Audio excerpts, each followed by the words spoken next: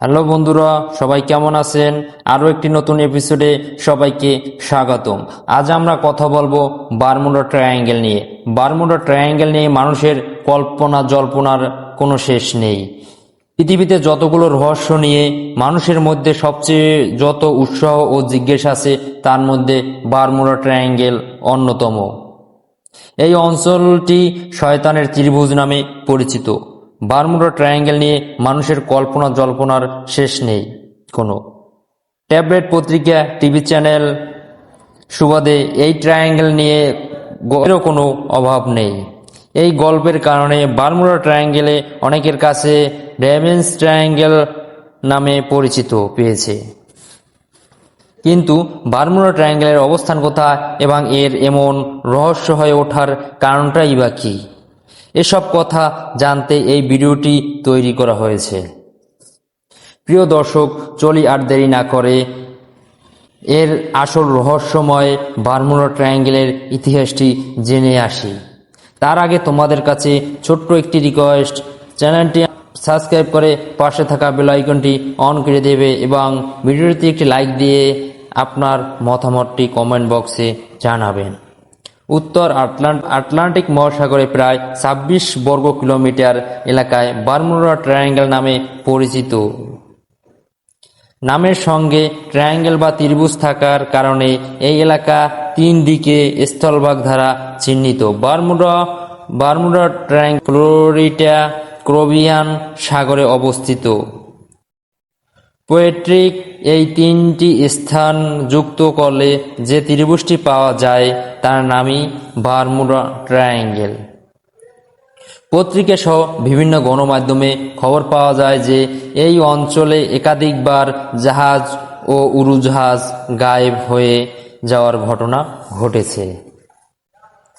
রহস্যময় এই বিষয়টি প্রথম সংবাদ শিরোনামে আসে ১৯৫০ সালে। ওই বছরে সেপ্টেম্বর মাসে ফ্লোরিক পত্রিকায় মিয়ামি হেরাল্ড প্রথম বারমুডা ট্রায়াঙ্গেল নামটি ব্যবহার করে। ওয়ার্ডভ্যান উইনকল জোন্স নামক এক প্রতিবেদনে লেখা সংবাদে বারমুডা ট্রায়াঙ্গেলে হারিয়ে যাওয়া একটি জাহাজ ও কয়েকটি উড়োজাহাজের কথা তুলে ধরা হয়। তবে বারমুডা ট্রায়াঙ্গেলে আলোচিত করে তোলে মার্কিন সাংবাদিক ফ্রান্সিস ক্যাডেন্স প্রথম এ বিষয়ে একটি প্রতিবেদন তৈরি করে, তবে পরে একটি বই লিখে বসেন।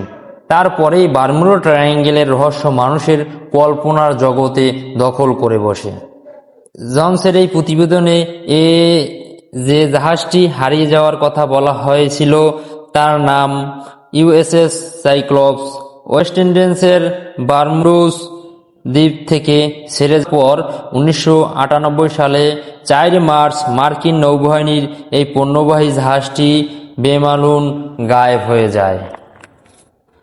দুর্ঘটনার সময় সেই জাহাজে থাকা ৩ শতাধিক নাবিক বা জাহাজটির ধ্বংস অবশেষে কোনো চিহ্ন পাওয়া যায়নি।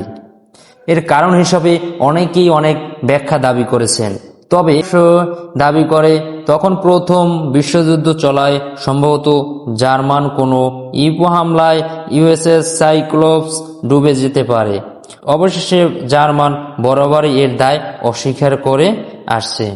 তাছাড়া আবহাওয়াবিদদের কাছে এই বারমুডা ট্রায়াঙ্গেল আর এক নাম হারিকেন আলী বা ঘূর্ণিঝড়ের পথ।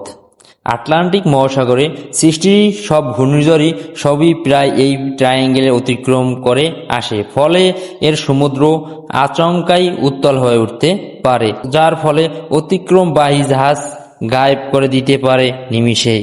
বারমুডা ট্রায়াঙ্গেল আর একটি যে দুর্ঘটনা আরও রহস্যময়। ১৯৪৫ সালে ৫ই ডিসেম্বর ৫টি বিমান মহড়ায় দেবার সময় গায়েব হয়ে যায়। গায়েব হওয়ার সময় এই বিমানগুলো বারমুডা ট্রায়াঙ্গেল এলাকায় আকাশপথে অতিক্রম করেছিল। আর সেই সময় শেষ রেডিও বার্তায় অনুযায়ী দিক নির্দেশনা নিয়ে নির্ণয় করা কম্পাসের মতো যে যন্ত্রগুলো তখন কোনো কাজ করছিল না বিমানের। আরও আতঙ্কের কথা হলো, বিমানগুলো নিখোঁজ হবার পরে অন্য একটি বিমান এবং উদ্ধারকারী জাহাজ বারমুডা ট্রায়াঙ্গেলে খুঁজতে গিয়ে বারমুডা ট্রায়াঙ্গেলের কবলে হারিয়ে যায়। অবশেষে ৬টি বিমানের কোনো খোঁজই মেলেনি।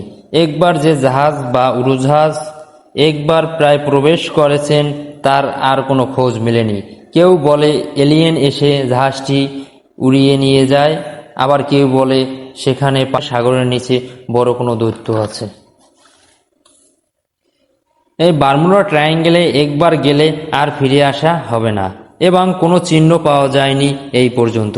অনেকেই বলে সেখানে সামুদ্রিক দানবের বসবাস। এটি চিহ্নিতভাবে কেউ কিছু বলতে পারছে না। তাই এই জায়গাটা নিয়ে মানুষের আকর্ষণের শেষ নেই।